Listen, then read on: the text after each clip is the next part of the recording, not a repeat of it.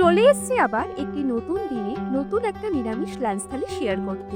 এটা পুনে যাওয়ার দিনের দুপুরের লাঞ্চ। দিনটা ছিল শনিবার, তাই সব পদগুলো ছিল একদম নিরামিষ। প্রথম পাতে বাটি চাপা গরম ভাতের সাথে ছিল সিদ্ধ ডালের নিরামিষ ভর্তা। এটা পেঁয়াজ রসুন ছাড়া ভাজা শুকনো লঙ্কা আর নুন তেল দিয়ে ভালো করে মাখানো একটা ভর্তা, যা আমার সব সময় প্রিয়। এরপর ছিল গোল গোল করে কাটা ছোট আলু ভাজা। কোনো স্পেশাল অকেশন ছাড়া আমাদের বাড়িতে এইভাবে গোল গোল করে আলু ভাজা কাটা হয় না।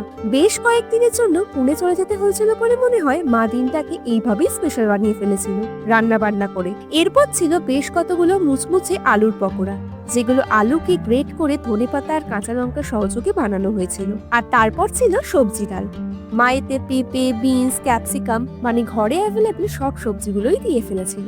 আর শেষ পাতে ছিল আমার আপনার সবার প্রিয় বাঙালির ইমোশন আলু পোস্ত।